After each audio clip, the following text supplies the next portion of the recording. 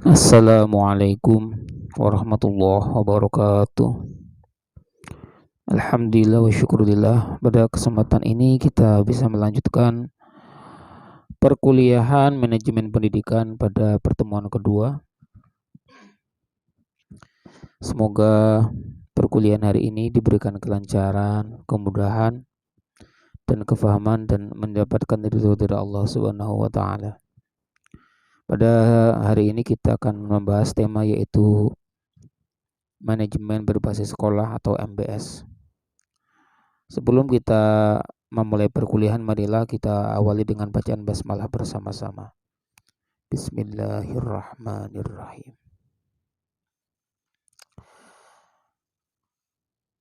Ya, kita buka di slide awal. Latar belakang dari manajemen berbasis sekolah atau MBS. Fakta yang ada sekarang ini menyatakan bahwa mutu pendidikan di Indonesia masih rendah jika dibandingkan dengan negara-negara lain di dunia. Hal ini mempunyai dampak yang sangat besar bagi majunya kehidupan masyarakat dalam segala aspek bidang kehidupan. Sehingga apa? Pemerintah berinisiatif untuk mencarikan solusi dan menangani masalah ini. Untuk menciptakan masyarakat yang maju, maka hal perlu diperhatikan terlebih dahulu adalah bagaimana mewujudkan pendidikan yang bermutu, yang pada akhirnya mencapai tujuan pendidikan nasional, yang yaitu terwujudnya sistem pendidikan sebagaimana peranata sosial yang kuat dan berwibawa untuk memberdayakan semua warga negara Indonesia agar berkembang menjadi manusia yang berkualitas, sehingga apa? Proaktif menjawab tantangan zaman yang selalu berubah-ubah. Kemudian usaha dari pemerintah. Salah satu upaya dalam meningkatkan kualitas pendidikan adalah melalui penerapan manajemen berbasis sekolah atau MBS. Hal ini didasarkan pada suatu asumsi bahwa MBS merupakan pemikiran ke arah pengelolaan pendidikan yang memberi keleluasaan kepada sekolah untuk mengatur dan melaksanakan berbagai kebijakan secara luas. Dengan demikian, mahasiswa calon guru SD semestinya dapat memahami peranan MBS sebagai bekal ketika berada di sekolah nantinya.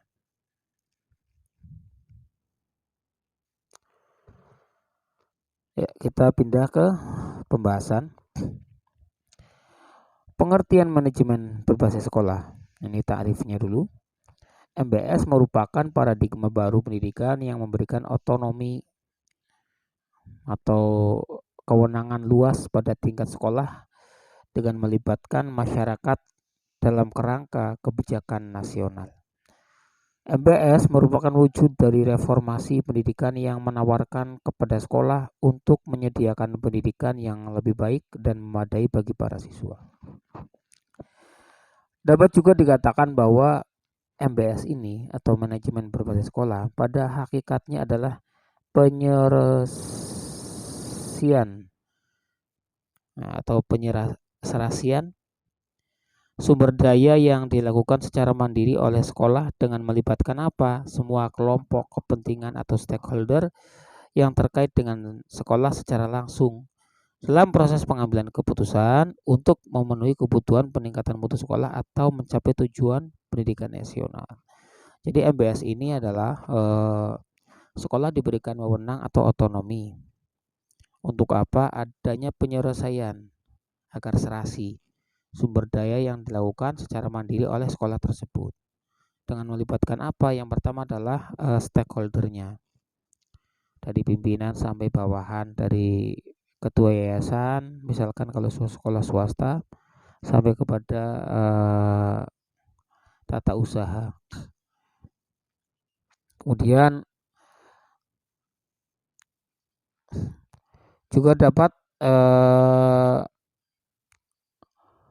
kelompok-kelompok kepentingan ini, misalkan ada tokoh-tokoh masyarakat ya, menuangkan gagasan atau idenya untuk kemajuan suatu yayasan atau sekolah tersebut, itu dibebaskan dalam hal tersebut. Ada beberapa wewenang yang boleh diambil dari sekolah untuk mengatur sekolahnya sendiri. Sejarah munculnya MBS. Secara faktual, telah banyak usaha yang telah dilakukan untuk meningkatkan mutu pendidikan di tingkat pendidikan dasar.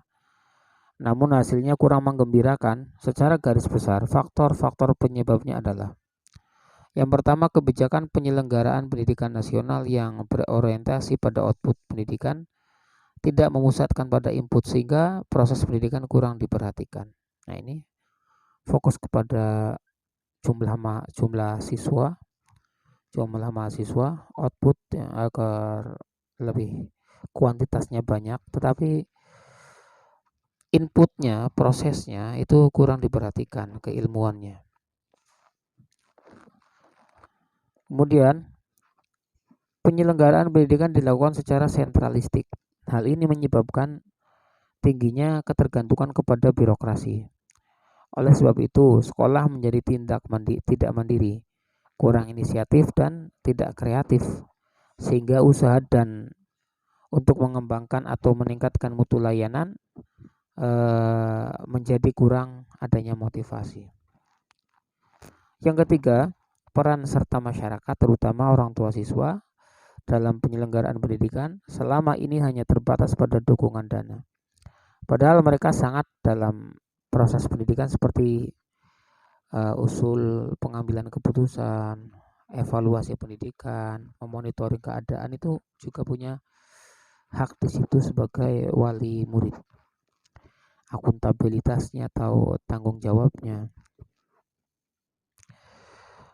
Oleh sebab itulah perlu desentralisasi pendidikan sebagai faktor pendorong dari MBS ini.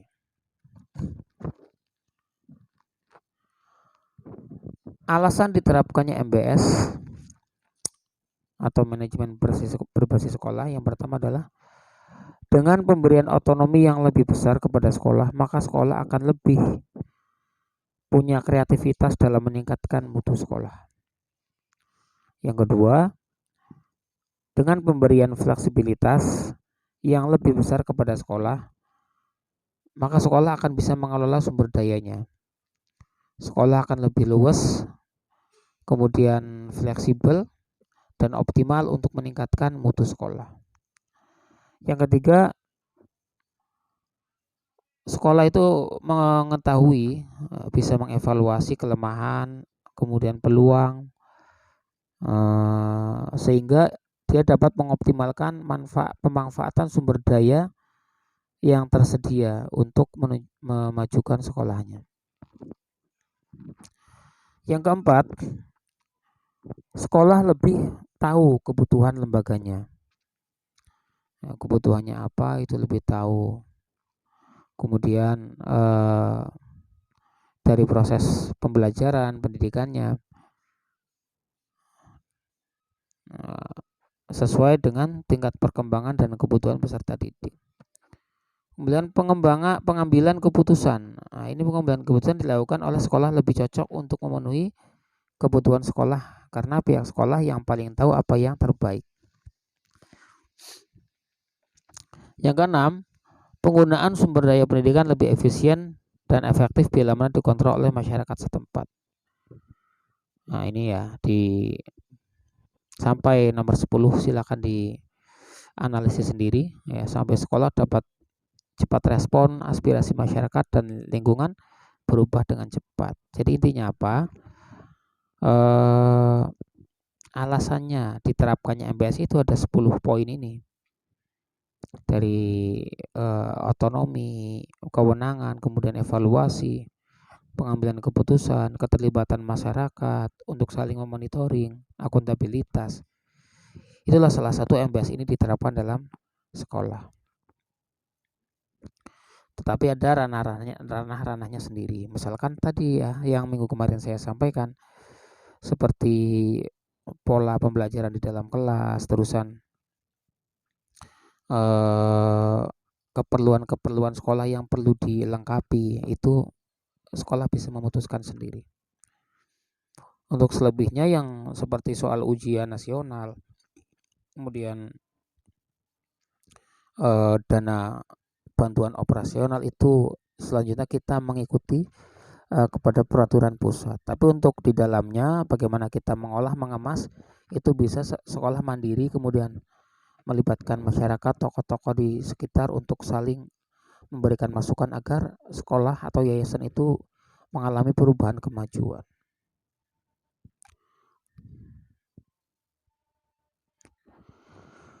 Tujuan dari manajemen berbasis sekolah ini secara umum untuk memandirikan atau memberdayakan sekolah melalui kewenangan kepada sekolah, pemberian fleksibilitas yang lebih besar kepada sekolah untuk mengelola sumber daya sekolah, dan mendorong partisipasi warga sekolah dan masyarakat untuk meningkatkan mutu pendidikan. Secara terperinci, MBS bertujuan yang pertama untuk meningkatkan mutu pendidikan melalui peningkatan kemandirian, kemudian fleksibilitas, partisipasi dari warga, wali murid, keterbukaan, kerjasama, akuntabilitas. Nah, kemudian meningkatkan kepedulian warga, ini yang penting, akuntabilitas tadi.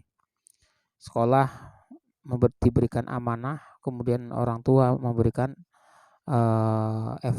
monitoring, pengawasan.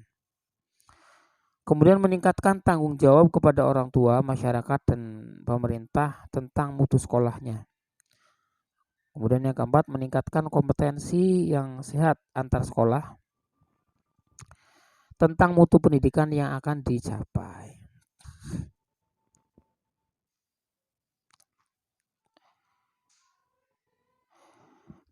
Kemudian karakteristik dari manajemen berbasis sekolah ini, yang pertama ada karakteristiknya, ciri-cirinya, ada 8 poin. Dari MBS ini memiliki visi, misi atau cita-cita, suatu pandangan, suatu cita-cita menjalankan sekolah untuk mewakili sekelompok harapan bersama, membimbing warga di dalam aktivitas pendidikan dan memberi arah kerja. Kemudian aktivitas pendidikan dijalankan berdasarkan karakteristik kebutuhan dan situasi sekolah. Hakikat aktivitas sangat penting bagi sekolah untuk meningkatkan kualitas pendidikan karena secara tidak langsung memperkenalkan manajemen sekolah dari manajemen kontrol eksternal menjadi model berbasis sekolah. Adanya keluasan dan kewenangan dalam pengelolaan sumber daya yang efektif untuk mencapai tujuan pendidikan guna memecahkan masalah-masalah pendidikan yang dihadapi, baik tenaga pendidikan, keuangan, dan sebagainya.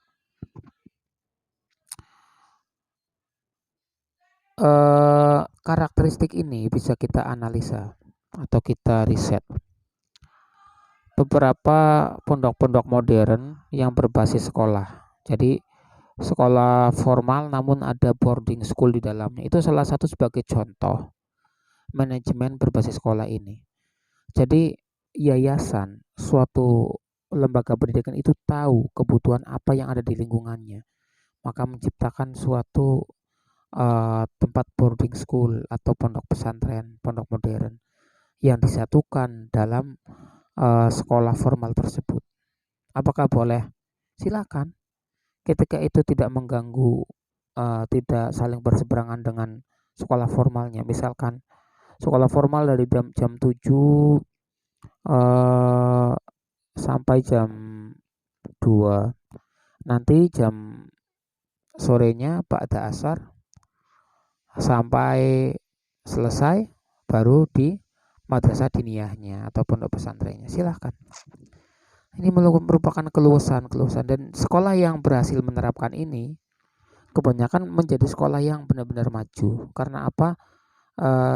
Memaksimalkan dari otonomi atau pemberian kewenangan dari lembaga pusat ini. Ya, makanya dimaksimalkan benar-benar ini kalau ada kewenangan dari pusat, karena suatu kewenangan tersebut kalau kita maksimalkan, kita menampung pandangan atau aspirasi dari masyarakat, maka menjadi suatu hal yang baru. Suatu yang baru dalam pendidikan untuk perubahan kemajuan bersama.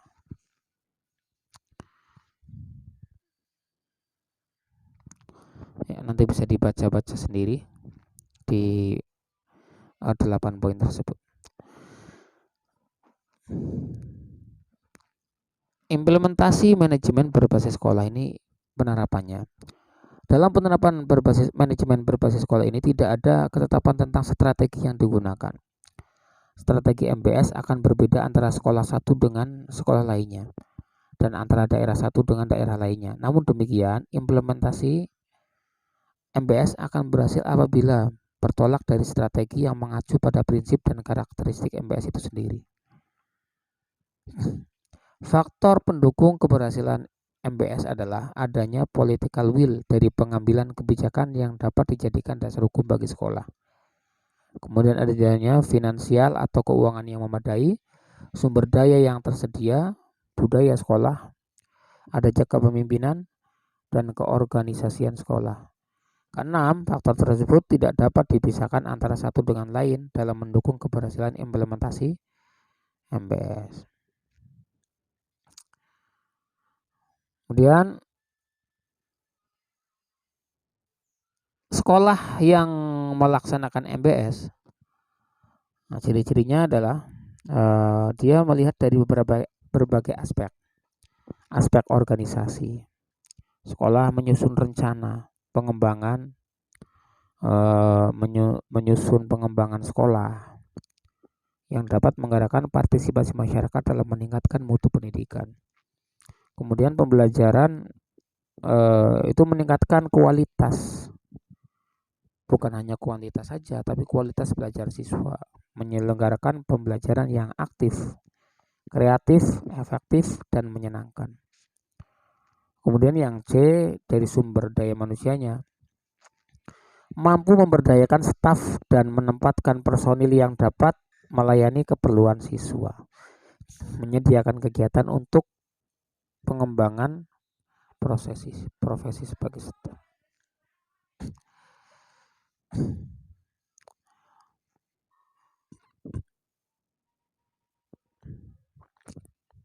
Jadi beberapa ciri dari sekolah yang melaksanakan MBS ini adalah